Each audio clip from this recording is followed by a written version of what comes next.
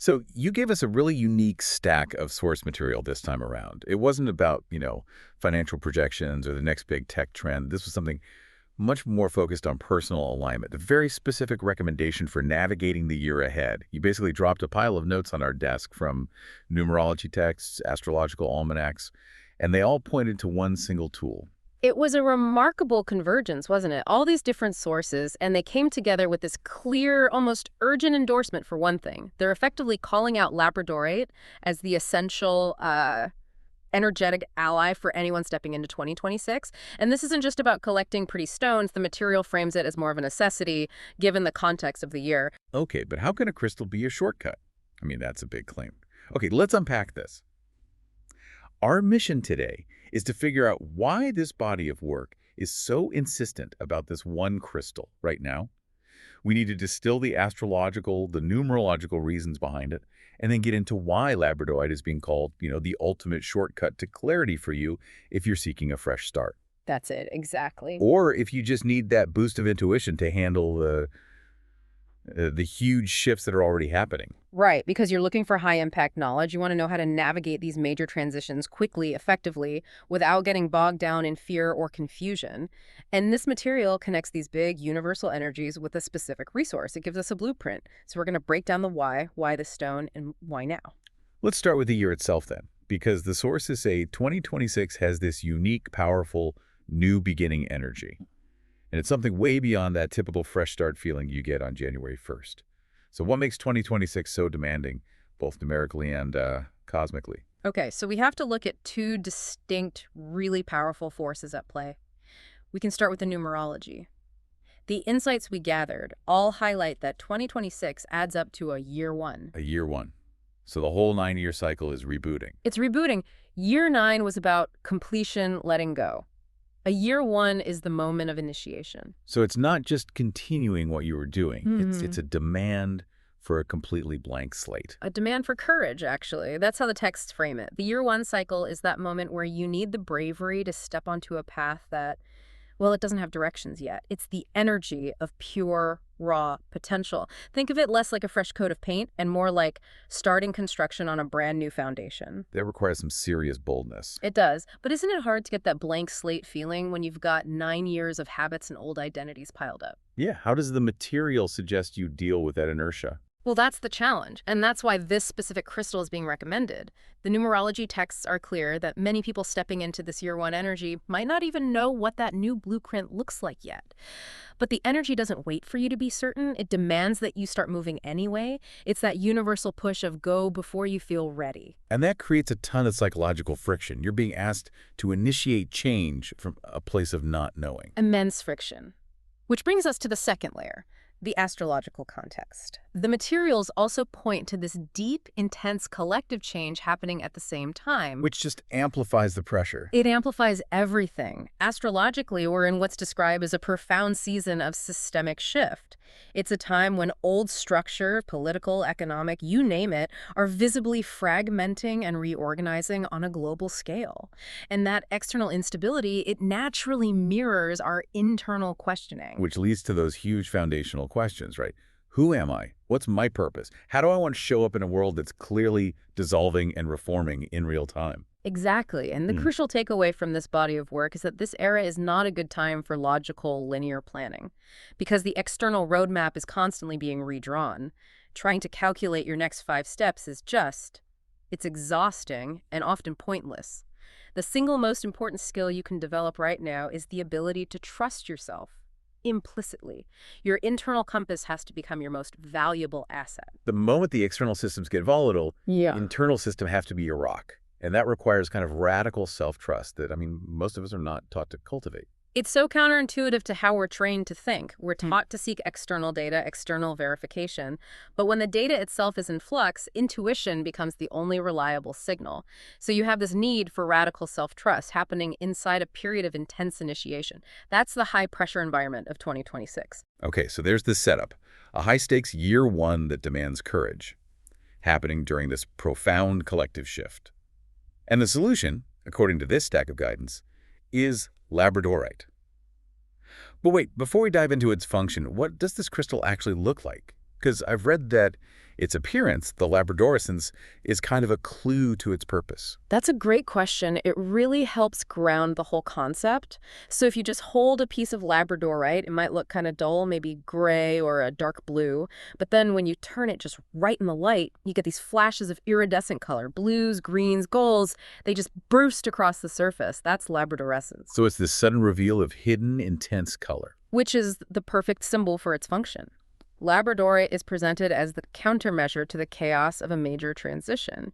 Its core identity, according to the materials, is as the stone of transformation and intuition. It's the guide for crossing a threshold by, revealing the hidden path forward. And what's the threshold most of us are crossing right now? The authors make a really insightful point here. They say this stone is for people standing in what they call the liminal space. That space between who you've been and who you're becoming. It's that uncomfortable hallway between two rooms. Can you give us a quick analogy for what that actually feels like for someone listening? Absolutely. It feels like you're in the middle of a move, your old furniture is all boxed up, and you can't really picture where the new stuff is going to go, but you can't go back to the old arrangement either. It's this mix of disorientation and anticipation. Ah, I know that feeling. Mm. So Labradorite support is dual then. It's strategic for that uncomfortable spot. Highly strategic. First, it supports change without chaos. When everything around you is shifting, you need an energetic anchor to keep your internal process manageable. Without that, the sheer volume of new information and new challenges can lead directly to the second problem it solves: burnout. So it also supports expansion without burnout. Okay, why is burnout such a specific risk in 2026? Because the pressure to initiate from that year one energy is intense. And at the same time, the external world offers no reliable structure to lean on. You're building the house while the ground is shaking. Labradorite is said to act as a filter, protecting you from the overwhelm of trying to integrate too much change too quickly. It lets your intuition do the heavy lifting. Instead of your logical brain, which gets exhausted. Exactly. It helps sort priorities intuitively. Okay, that makes perfect sense for anyone trying to learn something new or start a project without just collapsing. So for the practical breakdown, the materials offer 4 specific ways this crystal helps. And these 4 things directly reinforce the skills you need for this unique blend of year one energy and collective instability. First up, it helps you trust your inner voice. That's the primary directive when the external map is gone. Right. It acts like an energetic tuning fork for that quiet internal signal. It helps you tell the difference between fear and true intuitive guidance. Second, it helps you protect your energy during times of transition. And big transitions are so draining, you're constantly shedding old skin. The guidance says this stone is like a safeguard against energy leaks. And maintaining that energetic integrity is vital when you're starting something new. Every bit of your resource has to go toward forward movement, not fighting off external noise or doubt. Third, it helps you navigate change with clarity and confidence, which are usually the first 2 things to just evaporate when you step out of your comfort zone. The path of transformation can feel incredibly murky, full of second-guessing. Labradorite is said to bring light to that path, like that visual flash, so the next step feels less like a blind leap and more like an informed, self-guided choice. And finally, it helps you stay grounded while trying something new. This addresses that classic problem of being full of big ideas, head in the clouds, but tripping over your own feet in the real world. It's the connector. It makes sure that your vision doesn't become purely abstract or disconnected from right now. It connects that new identity to the physical action you need to take to build it. It keeps that new beginning energy from just floating away. So if the stone supports this kind of quiet, steady, powerful growth, how do we actually use it? Yeah. You confirmed that the listener wants practical knowledge, not some complicated ritual, especially if they're already starting something new and feeling overwhelmed. And the guidance here is excellent because it's all about accessibility. The approach is subtle but powerful. It notes you don't need to force the interaction. The whole point is for it to be low barrier and supportive. It should fit into your existing life, not become another chore. Okay, so we can forget about a complicated, time-consuming ritual. That's a relief. The materials give 4 really simple ways to work with the stone. Let's walk through those. The key is just integration, making it a background companion. Right. First, they suggest simply keeping it on your desk if you're starting something new.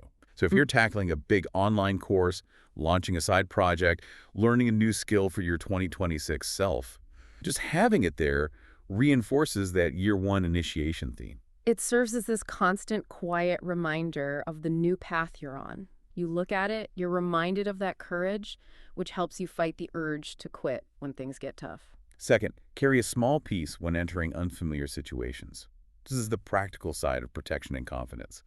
Say you're walking into a big negotiation, a networking event, or even just a difficult conversation where you feel a bit vulnerable. It's a portable boundary. It goes with you, helping maintain that energetic integrity so you can focus on the task at hand, not on managing your own anxiety.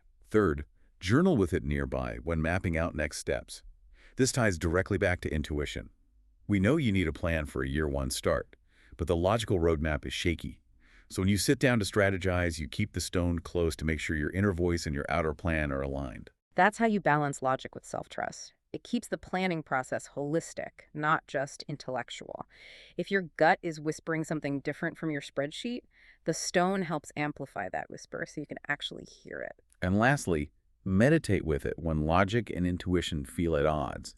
This is the big recalibration tool for when your brain is screaming that the safe option is X, but your gut is absolutely screaming Y. That focused, direct use helps recalibrate your internal compass. And the materials frame this whole approach with a really gentle reminder for you, our listener, about your expectations for 2026. You do not need to have the year figured out yet. Expecting instant perfection is just another form of burnout. So what should the focus be then? The focus just has to be on staying connected to yourself as the year unfolds. The stone is a companion, not a project. You don't have to do more work on the crystal. You just allow it to support the inner work you're already doing. It respects the pace of your transformation. So what does this all mean? Let's bring it all together. We've seen that 2026 is a numerological year one, demanding courage, demanding initiation, and it's set against this astrological backdrop of deep collective change and unstable systems. And Labradorite, this stone of transformation that reveals hidden clarity, is the recommended companion to handle that specific pressure. It really is a compelling case for synergy. The intense demands of 2026, they require Labradorite-specific properties: protection, clarity, grounding. And all of that is tethered to strengthening your inner voice. This supports that kind of quiet, steady confidence that actually sees a major transformation through to the end. So this deep dive shows that even when the source is recommending a physical tool, the real focus is on internal alignment. The year one energy is pushing you to start, but the current climate requires you to trust where you're starting from and who you're becoming. Absolutely. And we should leave you with one final thought to consider as you navigate this, and it's drawn directly from the texts themselves. If you feel a specific personal pull toward the stone, or just to this whole idea of intuition over logic, trust that feeling Yeah. immediately, because as this body of work indicates, that subtle pull, that's usually where the real work begins.